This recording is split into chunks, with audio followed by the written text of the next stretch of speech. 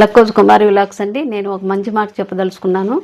అది ఏమిటంటే, అది మన అందరికీ కూడా ఉపయోగపడే ఇది.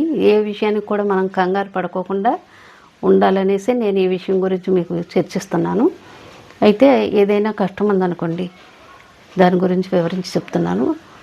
రేపు మనకి ఈరోజు చాలా కష్టంగా ఉందనుకోండి, బెంబేలు ఎత్తిపోకూడదు. రేపు ఇంకా కష్టంగా ఉంటుంది, అయినా కానీ మనం కంగారు పడుకోకూడదు.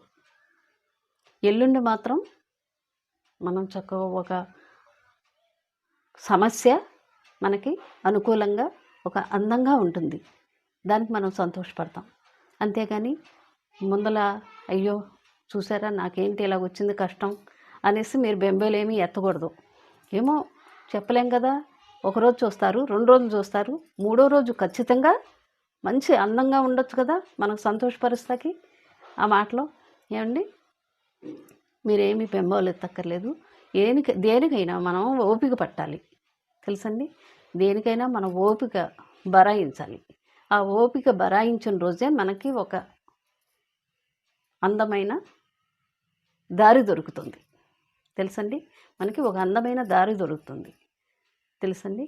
అంతేగాని ఏ విషయానికి బెంబే తెచ్చుకోకూడదు. ఓకే, మీకు నచ్చుద్ది అనుకుంటున్నాను. లైక్ చేయండి, షేర్ చేయండి, సబ్స్క్రైబ్ చేయండి.